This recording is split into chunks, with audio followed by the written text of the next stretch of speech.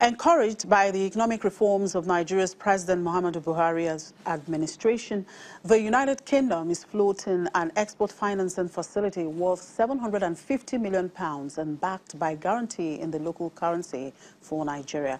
In an exclusive interview with Channels TV's head of business, Bosun Omofai, the director for West Africa Trade, Ms. Kate Rudd, says the scheme will be replicated in some other African countries, including Morocco and Ghana. I'm interested in knowing why West Africa is very important for the UK at this point in time. Thanks very much. Well, I'm from the Department for International Trade, which is the youngest of all UK government departments. It was formed 18 months ago when the British people took the vote to leave the European Union. And our Prime Minister has said that she wants to create a new and dynamic relationship with Africa that is ready to take the relationship into the long term and post-Brexit. So we have really stepped up our team across the continent. We have our Trade Commissioner, Emma Wade-Smith, who's based in Johannesburg, and I'm one of her 4 regional trade directors. We're here to really reinvigorate the bilateral trading relationships that we have across this continent. And that's so important for the UK and for local markets. And it's all about trade and investment, with us really thinking about how we develop those relationships into the long term. And we're really serious about doing this, about the increased offering that we have from our credit export agency, UK Export Finance. And they have an exposure on Nigeria of 750 British pounds.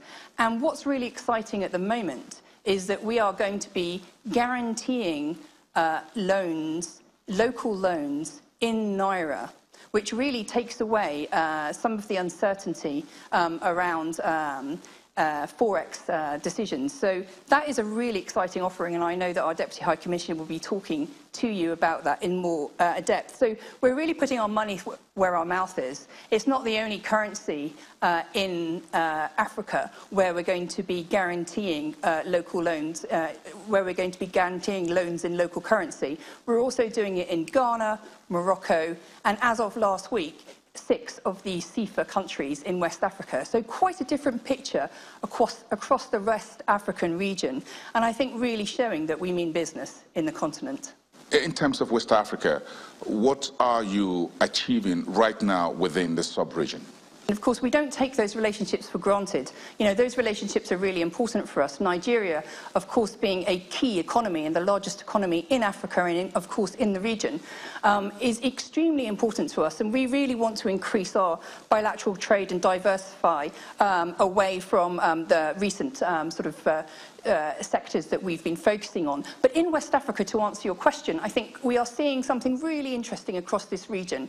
We're seeing more stability in more countries, a greater degree of governance with recent elections and countries really settling down and looking to the future. We're seeing some really interesting and really exhilarating growth rates in Ghana in particular, not doing just well for Africa, but, you know, also in global terms. And we're seeing the Francophonie looking around and diversifying their traditional trading relationships and looking for partners beyond those that they would have traditionally held in the past, as are we. So I think this is absolutely the time to be working on trade in the UK, but also really focusing on West Africa. And as we are talking here today, on the 5th of February, the Trade Services Roadshow for Africa has kicked off in the UK. It's the start of a fortnight of daily meetings with businesses, with our international trade advisors, promoting Africa as a market for British exporters. They're doing 10 cities in 10 days and really demonstrating that British companies need to be looking again at this continent and why it's exciting at this time. And I've ensured that West Africa is part of that picture. And I really hope that as a result of this fortnight, we're going to see some more interesting trade leads coming out of that. One question that really comes to mind is, are you doing this because of the European Union, the Brexit? Or are you looking at the Chinese, or is it the Americans? Who is in competition with you? Of course, there are lots of competitors here in Africa. Everyone is looking to do business and helping markets to diversify for the future. And of course there are challenges, but we think that we have a unique selling point on a number of levels. But I'd like to go back to my point that I made earlier about our export credit agency, UK Export Finance. We have an incredibly competitive export finance offering. Not only is the British government backing viable loans with a double global budget for UK Export Finance, but they are looking to guarantee loans in local currency, but importantly, British is incredibly competitive benchmark for the amount of UK content in those loans. So lots of credit agencies require between 80 and 90% of their home content. We are looking for 20% minimum competitive content that's British. And by British, we are very pragmatic. That's all about wealth creation in the UK. So the rest of the loan, 80%, could be, and we would prefer that it was all British, of course, and we think that we have a competitive offering, and why shouldn't it be British?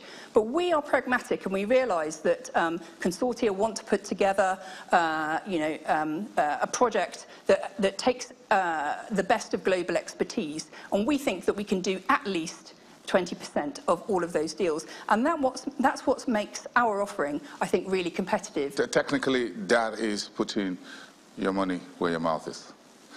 Interesting. Thank you very much. Interesting. We appreciate that. Thanks for speaking with us.